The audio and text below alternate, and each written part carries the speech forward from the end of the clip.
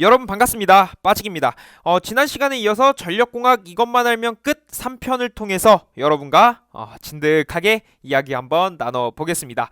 자, 지난 시간 16번째 핵심 내용까지 했는데요. 이번 시간 17번째 핵심 내용 전압 강화에 대해서 이야기를 나눠볼게요. 이것도 굉장히 중요한 개념이죠. 왜 중요하냐?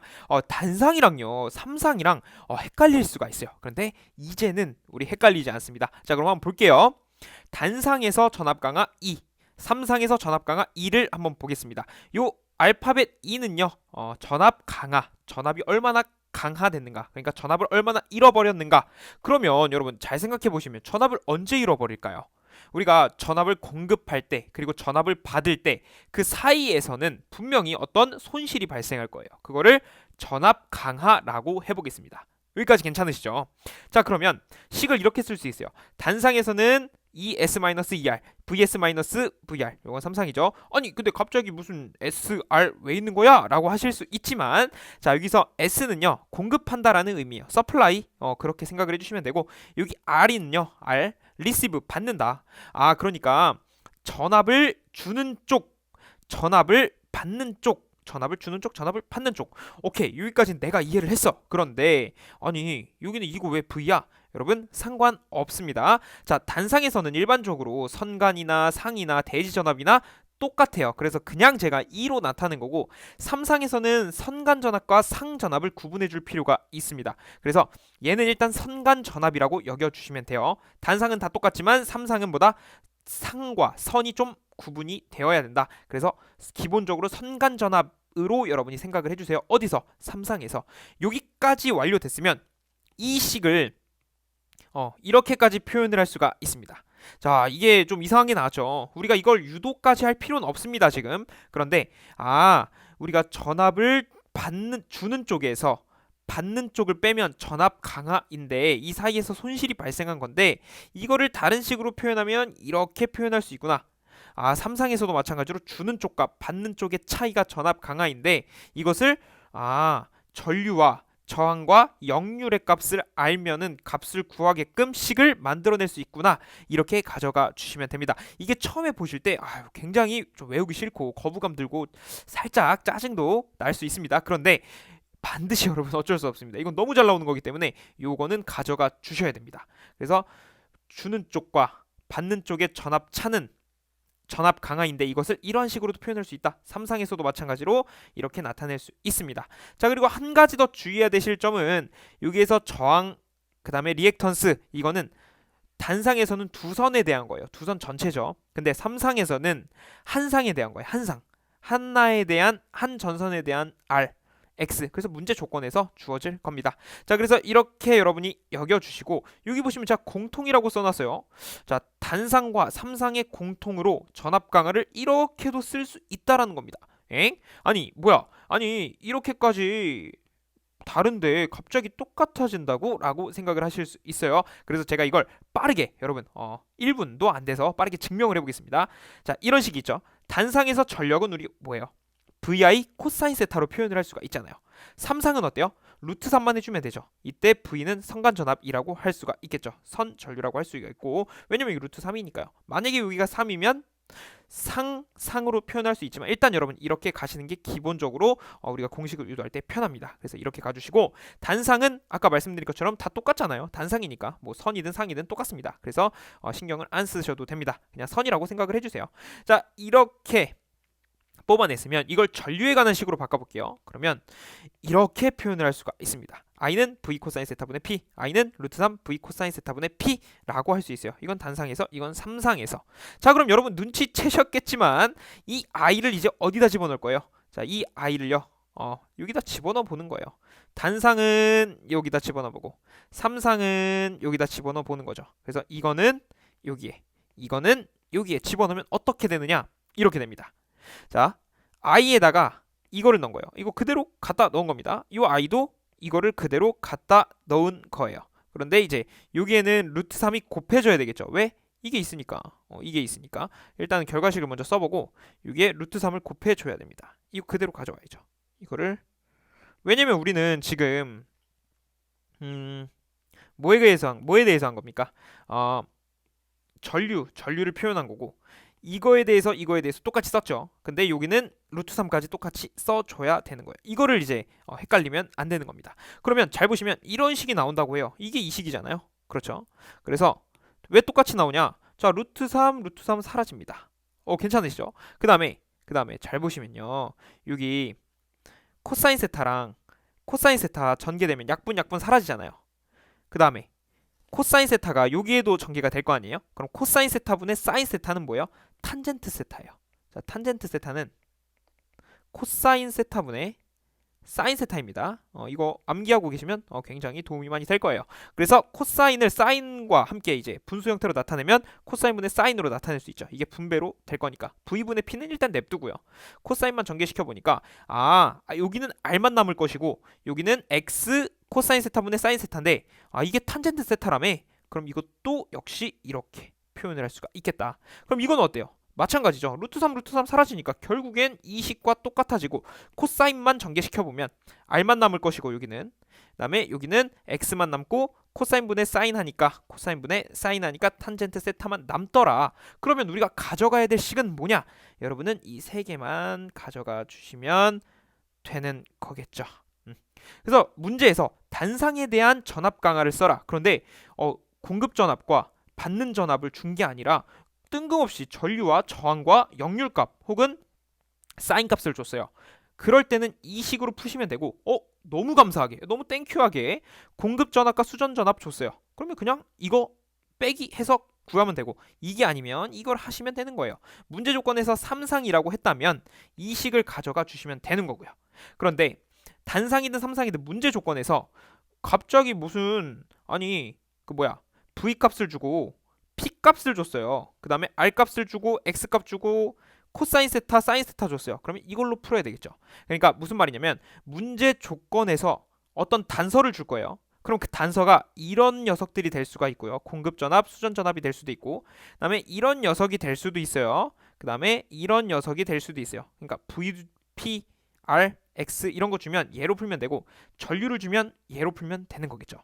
그다음에 너무 감사하게도 이거 주면 이걸로 풀면 되는 거고요. 그래서 경우에 따라서 여러분이 이렇게 헤쳐 나가시면 되겠습니다. 그래서 여러분 이것만 알고 가시면 돼요. 근데 이런 부수적인 내용까지 여러분이 가지고 가시면 이해하는데 훨씬 편리할 것이다 라고 생각이 듭니다.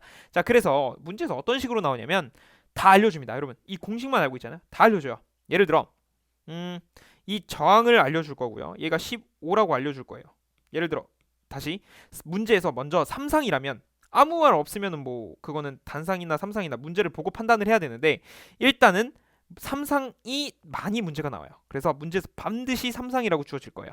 3상이 주어지면 분명히 전류값이 주어질 거고요. 저항값, 역률값 주어질 거예요.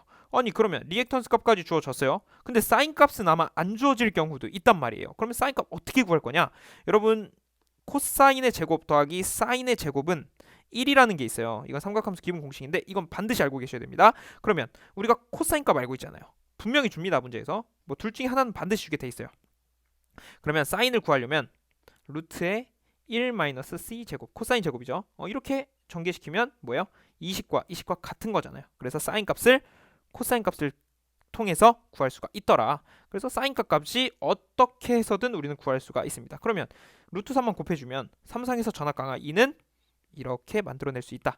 만약에 문제에서 V는 예를 들어 100V를 주고 200V 줬다고 해볼까요? 200 주고 여기를 만약에 40kW 40kW면 와트로 환산하면 어떻게 되는 거야? 40 하나 둘 셋 이렇게 하고 R 값도 뭐라고 해볼까요? 한 0.02 줬다고 해보고 X 값을 어떤 값 주고 탄젠트 값도 주고 했으면 이걸 풀 수 있는데 간혹가다 어떤 문제에서는 리액턴스 값을 무시하겠다라고 합니다. 그러면 이게 0이라는 거잖아요. 즉 이 녀석들은 고려하지 않아도 돼요. 그럴 때는 제가 기출문제에 나왔던 거를 간략하게 이렇게 말로써 여러분께 풀어서 설명을 해드린 겁니다. 그래서 여러분이 지금 이 개념만 가지고 가시면 이거 전압 강화 관련된 거는 웬만하면 다 푸실 수가 있죠.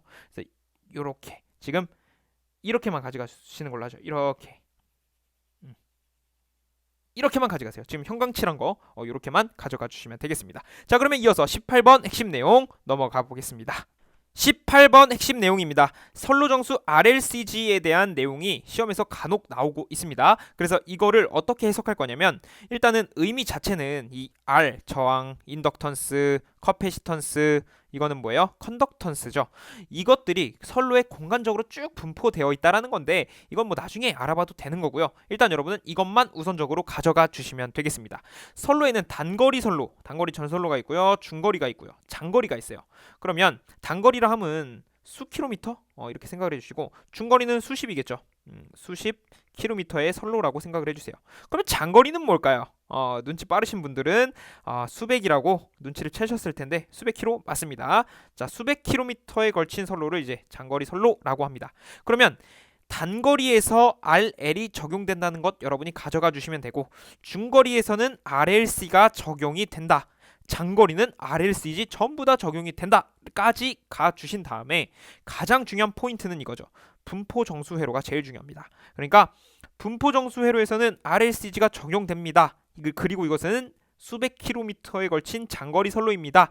요 정도까지 여러분이 잡으시면 웬만한 RLCG 텍스트 문제, 텍스트로 나오는 문제 있잖아요. 글자 문제, 그거는 맞추실 수 있을 거예요.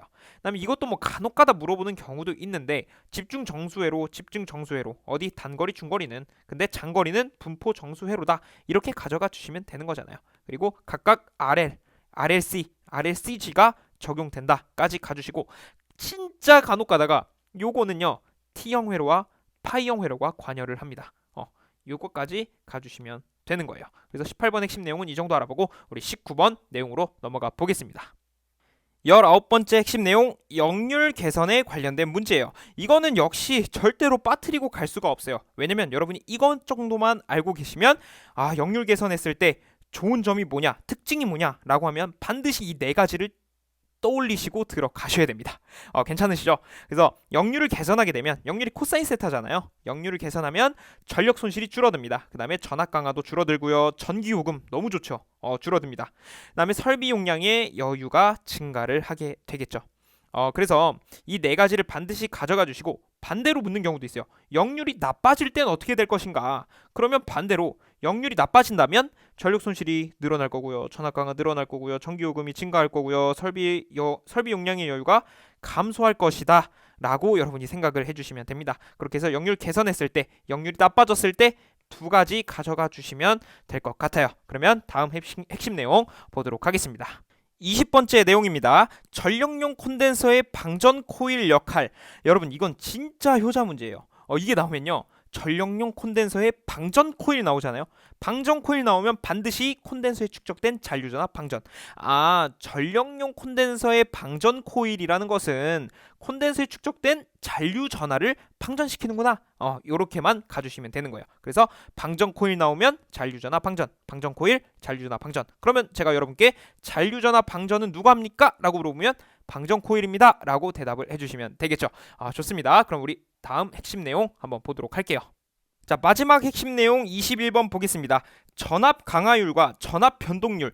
야, 이거 굉장히 헷갈립니다, 여러분. 이름도 비슷해요. 전압 강화율, 전압 변동률. 요 강화와 변동 빼고 다 똑같습니다. 자, 그런데 이거를요 우리가 문제 풀 때는 헷갈리면 안 되잖아요. 그렇죠? 그렇기 때문에 이 시간 제가 확실하게 여러분들께 잡아 드리겠습니다. 일단은요 전압 강화율을 제가 임의로 엡실론이라고 놔볼게요. 전압 변동률을 임의로 델타라고 놔볼게요. 그러면 이런 식으로 쓸 수가 있습니다.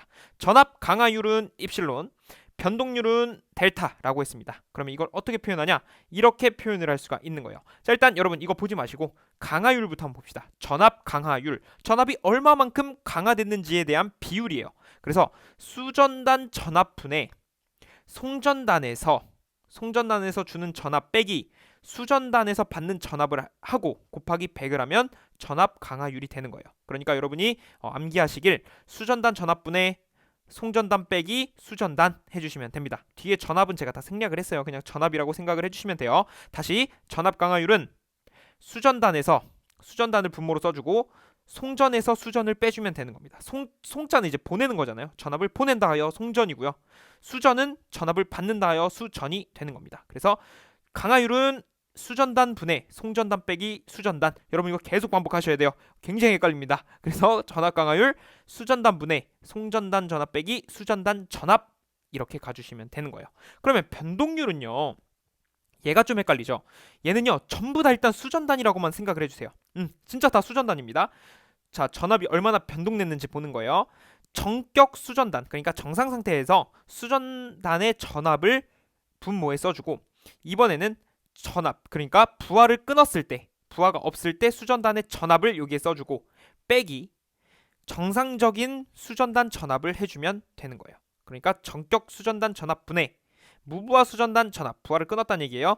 무부하 수전단 전압 빼기 정격 수전단 전압을 해주고 곱하기 100을 해주면 변동률이 되더라. 그래서 이거를 좀 더 간단하게 표현하면 이렇게 표현을 할 수가 있습니다. 그래서 여러분 이거 많이 보셨을 거예요. V는 다 전압이겠죠. 전압인데 얘부터 한번 봅시다. VR은 전압을 받는 쪽, 즉 리시브 하는 거잖아요. VR. 얘는 서플라이, 공급하는 거잖아요. V가 전압을 공급한다. 전압을 받는다. 이렇게 되는 거죠. 그래서 수전단 전압, 전압을 받는 쪽 분의 송전단 전압 빼기 수전단 전압 곱하기 100을 해주시면 돼요. 문제에서는요 이걸 다 줍니다. 그럼 대입만 해서 곱하기 100만 해주시면 문제 없겠죠. 그 다음에 변동률을 볼게요. 얘는요 똑같아요. 다 수전단이라고 생각을 해주세요. 얘는 송전단 수전단이 짬뽕돼 있죠. 근데 얘는 전부 다 수전단에서 이야기를 하는 겁니다. 자 보시면 전압은 전압인데 R이에요. 전부 다 수전단은 수전단이에요. 근데 여기 N이라는 것은 정격을 의미합니다. 일반적으로 정격. 여기 제로라고 쓴 거, 여기 O처럼 생긴 거 보이죠? 이게 무부하, 부하가 없다. 그렇게 생각을 해주시면 돼요. 그래서 수전단 전압인데 정격 수전단 전압이고, 얘도 수전단 전압인데 무부하 수전단 전압이고, 얘도 정격인데 수전단 전압이고, 이렇게 가주시면 되는 거예요. 그래서 문제에서 보통 어떻게 나오길래 그렇게 헷갈린다고 말하는 거냐라고 하시면 이런 식으로 나와요. 문제는 예를 들어 송전단이 문제에서 뭐 VR 이렇게 주는 경우는 거의 드물다고 봐야 됩니다. 이렇게 말로써 나와요, 여러분. 말로써 송전단, 수전단, 뭐 무부하 이런 식으로. 자, 송전단 전압이 66kV예요. 그다음에 수전단이 이거 기출문제입니다, 여러분. 수전단이 61kV예요. 그런데 여기서 부하를 끊었을 때 수전단이 63이라고 합니다. 부하를 끊었을 때 수전단 전압이 63 kV라고 합니다. 그럼 이때 뭐를 구하라고 하냐면 전압 변동률 델타를 구하라고 합니다. 뭐 델타를 구하라고는 안 하겠죠. 전압 변동률을 구하라고 하겠죠. 그럼 이제 혼란이 오는 거예요. 야, 이거 송전단, 수전단, 부하가 끊긴 수전단 이렇게 세 개가 있는데 이거 뭘 써야 되냐? 뭘 써야 되냐? 이렇게 고민이 된단 말이에요. 그러면 여러분은 반드시 변동률을 구하라 그랬으니까 변동률은 무조건 수전단에서 생각을 하는 거고, 그렇단 얘기는 공식이 이런 게 있었지. 이거 공식 바로 한번 대입을 해보겠습니다. 이거 대입하면 자, 이거 뭐예요? 전압은 전압인데 수전단에서 정격이죠. 수전단 정격 전압이구나. 수전 정격 전압 이렇게 가는 거죠. 그러면 수전단 정격 전압은 61이죠. 그래서 61을 써주시고 단위는 다 KV니까 통일하겠습니다. 그냥 안 쓰겠습니다. 자, 그 다음에 VR 제로는 뭐예요? 받는 쪽의 무부하 전압. 그러니까 수전단의 무부하 전압이죠. 수전단의 무부하 전압. 그러면 수전단의 무부하 전압이라는 것은 무부하니까 부하가 없다 하여 무부하잖아요. 부하가 없다 하여 무부하잖아요. 그렇죠? 그러면 얘가 63이 와야 되겠네. 빼기. 얘는 받는 쪽 수전단의 정격 전압이네요. 수전단의 정격 전압이니까 다시 뭐예요? 얘를 갖다가 써주면 되겠죠. 그래서 61 곱하기 100을 해주면 어떤 값이 나올 거예요. 뭐 한 3.28 정도 나올 거예요. 3.28, 이 정도 나올 겁니다. 그래서 이런 식으로 여러분이 헷갈리지 마시고 풀이를 하셔야 돼요. 자, 그럼 반대로 전압 강하율을 구하라고 한다면 수전단, 송전단, 수전단, 송전단 이걸로 해서 풀이를 해주시면 되겠죠. 그래서 처음에 강하율과 변동률을 구분하는 게 반드시 중요하다. 근데 변동률은 수전단에서만 이야기를 하고 무부와 정격을 비교하는 것이고, 강하율은 수전단과 송전단을 비교하는 것이다. 얼마나 전압이 강화됐는지, 얼마나 전압이 변동됐는지에 대해서 말하는 것이다. 그래서 여러분은 이렇게만 가져가 주시면 되겠죠. 이렇게만 가져가 주세요. 이 정도만 아시면 여러분 이거 절대 헷갈릴 수가 없습니다. 자, 이것도 굉장히 잘 나오니까 여러분 꼭 구분해서 가져가 주시기 바라겠습니다. 자, 오늘도 이렇게 해서 전력공학 이것만 알면 끝 3편을 함께 공부해 봤습니다. 오늘은 좀 어떠셨나요, 여러분? 내용이 그렇게 많지는 않았지만 정말 강력한 핵심 내용들로 구성을 해봤어요. 그래서 여러분이 학습하시는데 도움이 되었으면 좋겠습니다. 오늘도 저와 함께 공부해주셔서 대단히 감사드리고 저는 4편으로 여러분께 찾아오겠습니다. 고생 많으셨습니다.